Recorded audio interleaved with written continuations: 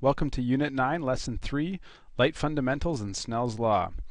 Light is a non-mechanical wave that the human eye can detect. And a non-mechanical wave is a wave that does not require a medium to travel through. So the last couple of days we were talking about mechanical waves, like sound waves and water waves, that all physically require molecules to be connected to transfer energy from one location to another. Different light wavelengths are seen as different colors.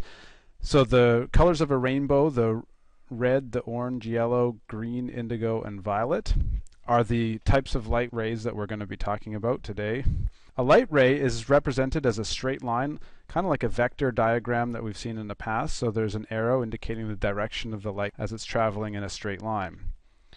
There are three types of materials that you need to be familiar with and how light interacts with them. So transparent materials allow light to pass straight through them, like glass and air.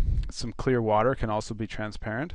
Translucent materials allow some light to pass through, but objects can't be seen clearly, like the frosted glass in a bathroom. And there are opaque materials that do not allow light to travel through whatsoever, like a wall or a brick. White light is a combination of the spectrum of colors, each having a different wavelength. So the red, orange, yellow, green, blue, indigo, and violet colors can be seen on a spectrum photograph. The top picture here, you'll see that we have all the different types of electromagnetic radiation and the wavelengths associated with them. So on the left-hand side, cosmic rays, you'll see that the wavelengths are very, very small. Gamma rays, which are very harmful and dangerous in terms of the radiation and the impact on humans. And of course, X-rays have very, very small wavelengths as well.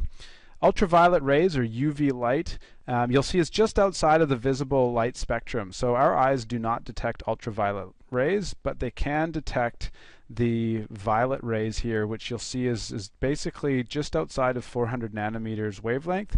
And then we're blowing up the white light spectrum there into the component colors there, and you'll see that violet and the indigo lights and blue lights for that matter have the shortest wavelengths, and we go up to the red lights, which have the longest wavelengths.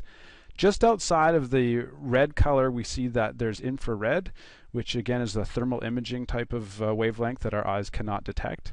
And then as we go from microwaves up to radio waves, you'll see that those wavelengths start to increase. Bottom line is, the longer the wavelength, like to the right here, the less harmful that form of electromagnetic radiation is. And the shortest the wavelengths, on the left side of this scale here, are the most harmful. And so that's why X-rays are, say, way more harmful than radio waves. The primary colors of light are red, blue, and green. Combined together, they form white light. An example of white light is sunlight, or the light that leaves the light bulbs in your typical house or classroom. If we look at this applet, you'll see a human will detect the different colors of light based on those three primary colors and what is absorbed and reflected from the materials that they might be looking at. So for example, if you're seeing something that's red, it's due to the fact that red light is the only wavelength of light entering your eye at this time. In order to see red, that means that an object must be absorbing the green and the blue light and reflecting only the red. You'll see that if we add green light to this, that the color that a human will detect will be yellow. Most of you are probably thinking that yellow is a primary color, and that's wrong. It's a primary pigment. The reason for that, primary means one, and that's because if you see something that's yellow, it's absorbing the blue light, so that's only one wavelength of light, and it is actually reflecting green and red light. So together, green and red light in your brain, you'll be detecting that as yellow light. If you add again all of the colors together, so the red, green, and the blue, then that's the white light. So if you change any one of the amounts of light entering your eye, you'll see that you can change the colors that is being perceived in your. Light is polarized only if the electromagnetic waves are vibrating in a particular plane. Ordinary white light contains electromagnetic waves vibrating in every direction as it enters your eye. So a polarizer is a film that allows light to only pass through it in a certain direction. So the picture here shows a wavelength of light traveling vertically through some slits through a polarizer, which then gets blocked by the next polarizer that's tilted 90 degrees because those slits will not allow that light to pass through it. On your formula sheet, you'll see the speed of light, which is given this letter c. special symbol C on your formula sheet for speed of light. It is a constant value of 3 times 10 to the 8 meters per second.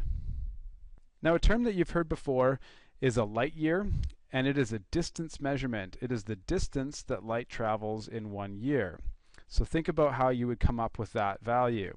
You would take this equation, d is equal to velocity times time, and you would substitute in the speed of light times the time taken. So the speed of light again is 3 times 10 to the 8 meters per second, and all you would need to do is figure out how many seconds are in a year. So that's 365 days times 24 hours times 3,600 seconds in each hour. And you would come up with this answer here, 9.5 times 10 to the 15 meters. Or if you change that into kilometers, it would be 9.5 times 10 to the 12 kilometers. That is 9.5 trillion kilometers.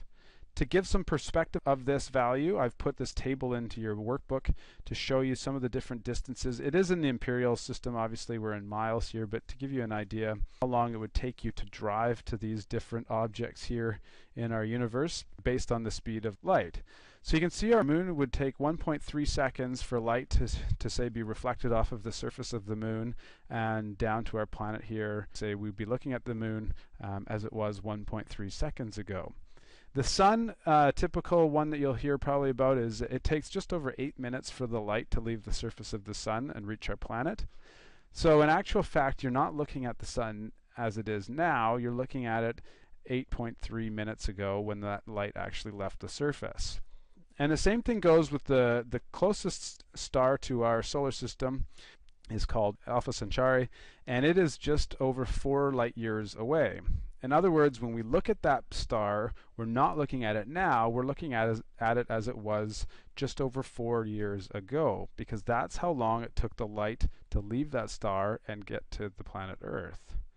So one really important point about this table is I want you to think about when you're looking at the stars, you're not looking at the stars as they are now, you are looking at them as they were in the past. However many light years away they are, that's how many years ago you were looking at that star and what it was doing at that point in time. Now, there's something called the duality of light, and that's because it travels both as a particle and as a wave. And that's a very, very important discovery that we found about light many years ago. Light also follows the law of reflection, just like we saw in the mechanical wave section, such that the angle of incidence will always reflect with the same value on the far side of the normal there. So in other words, the angle of incidence always equals the angle of reflection. Keep in mind it's always measured to the normal. Those angles are always measured from the ray to the normal, which is 90 degrees from the surface. Refraction and Snell's law. Remember, refraction is the change of direction of a wave due to a change in the wave speed, most likely because it's entered a different medium. When it comes to light, light can travel from one medium to another, and if there's a difference or a change in the optical density of that material, the light will then start to refract.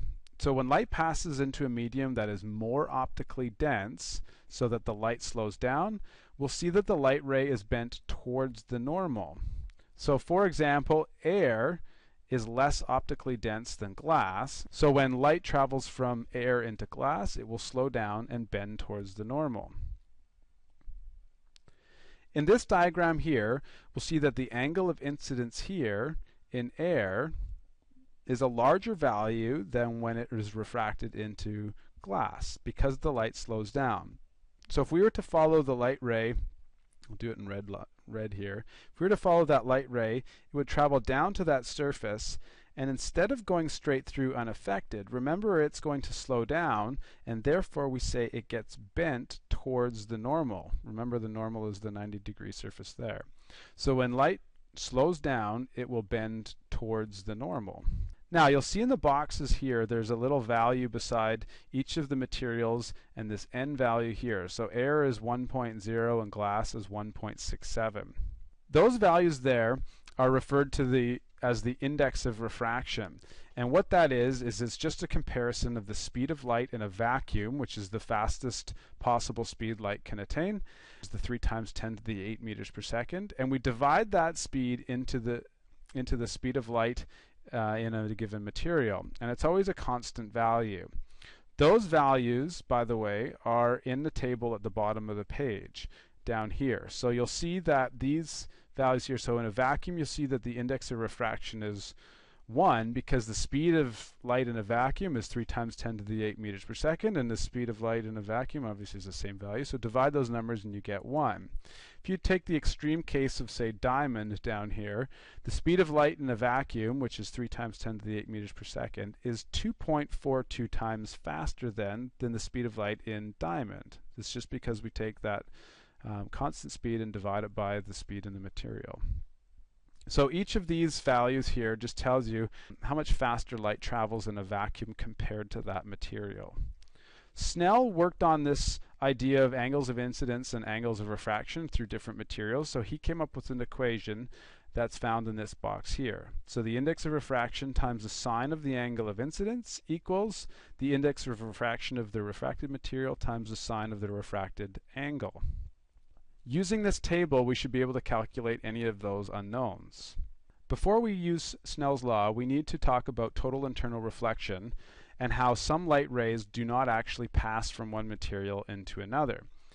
This occurs when light passes from a more optically dense to a less optically dense medium.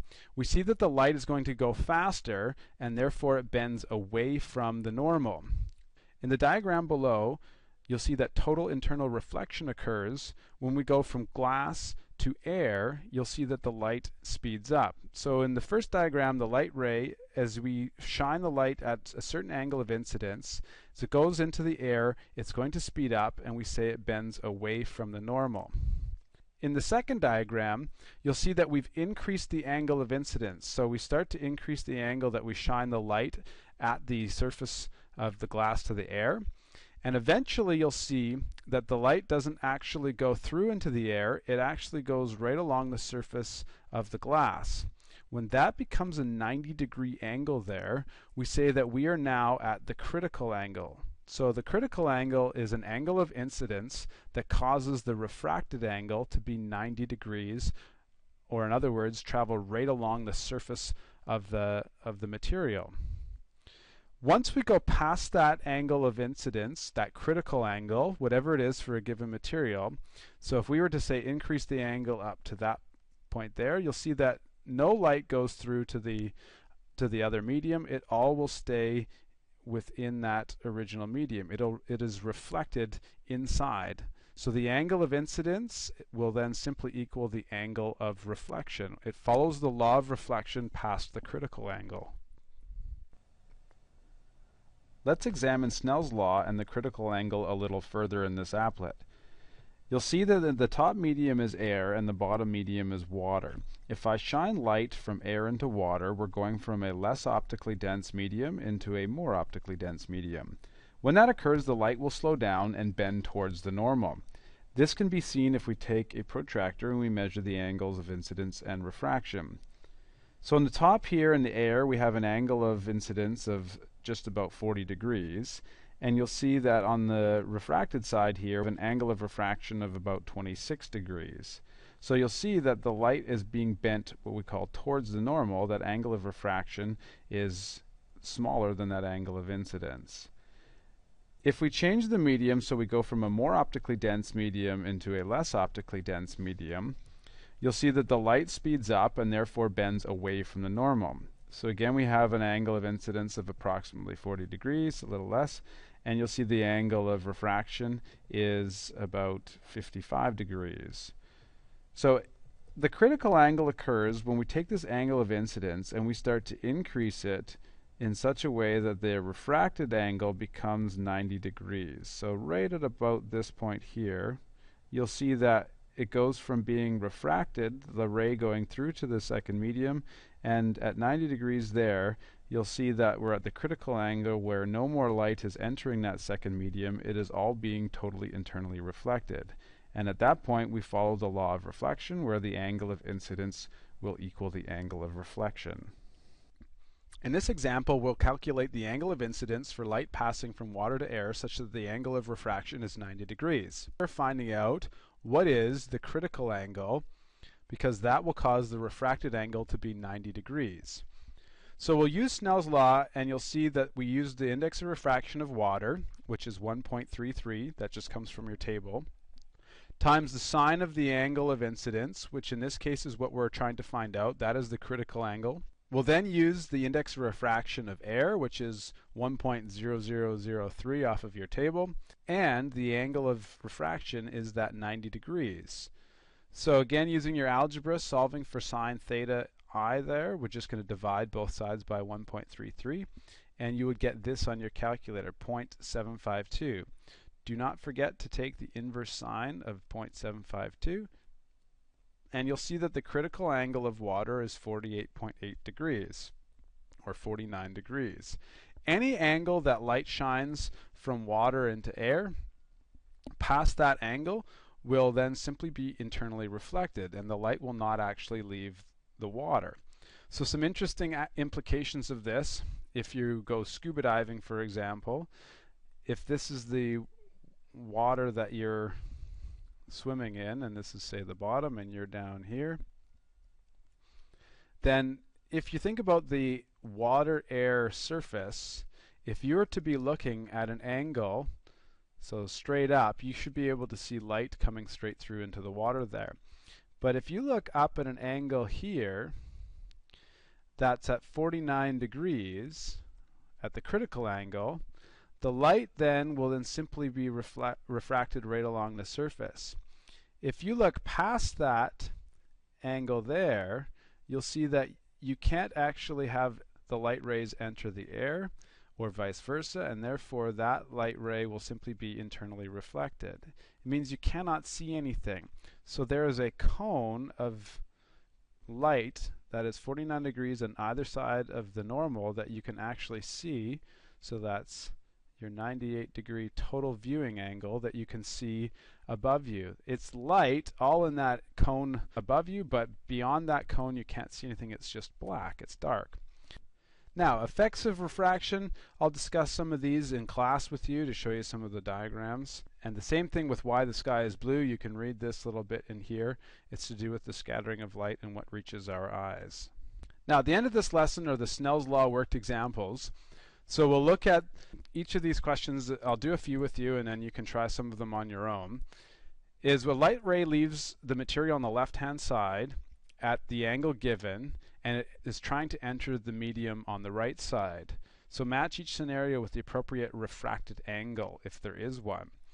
So we're going to be using Snell's law, so the Ni sine theta I equals Nr sine theta R. So the incident side is going to equal the refracted side, and of course you need to refer to that table, the indices of refraction table in just the last couple of pages here. So the first one here, vacuum at 40 degrees, where the angle of incidence is 40 degrees, and we're going to shine it into quartz. So the first question is shining light from a vacuum at 40 degrees into quartz.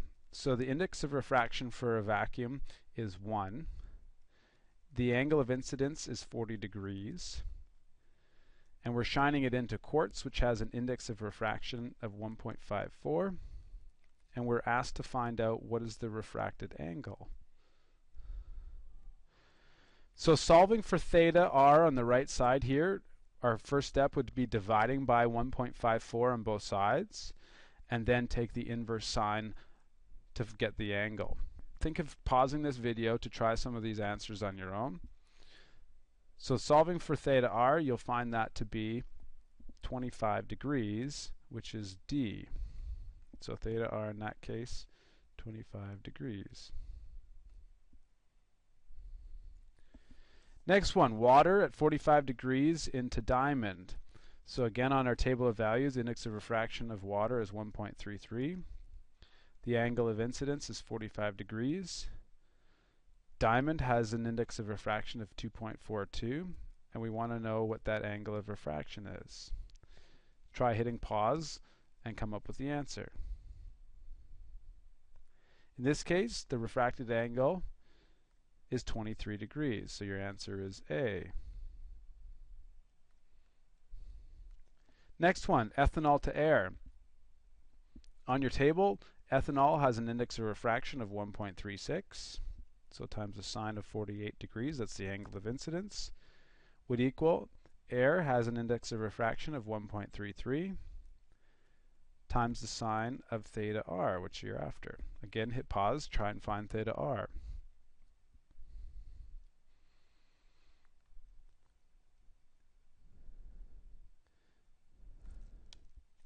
So if you've done this correctly, you'll find that the refracted angle in this case will give you an error message.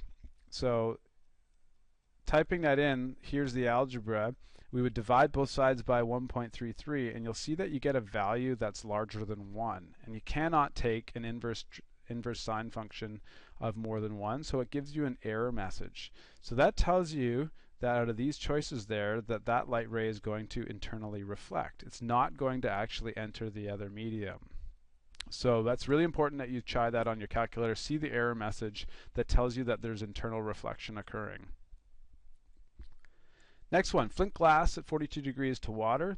So flint glass is 1.61 as an index of refraction times the sine of 42 equals water, which is 1.33 times the sine of theta r. Again, hit pause, try and solve for theta. If you find theta r to be exactly 54 degrees, then you've got it right. So that's choice B. And last one, diamond into quartz. So 2.42 for the index of refraction of diamond at sine of 29 degrees will equal quartz, which is 1.54 times the sine of theta. Again, hit pause. Try and find the angle of refraction on your own.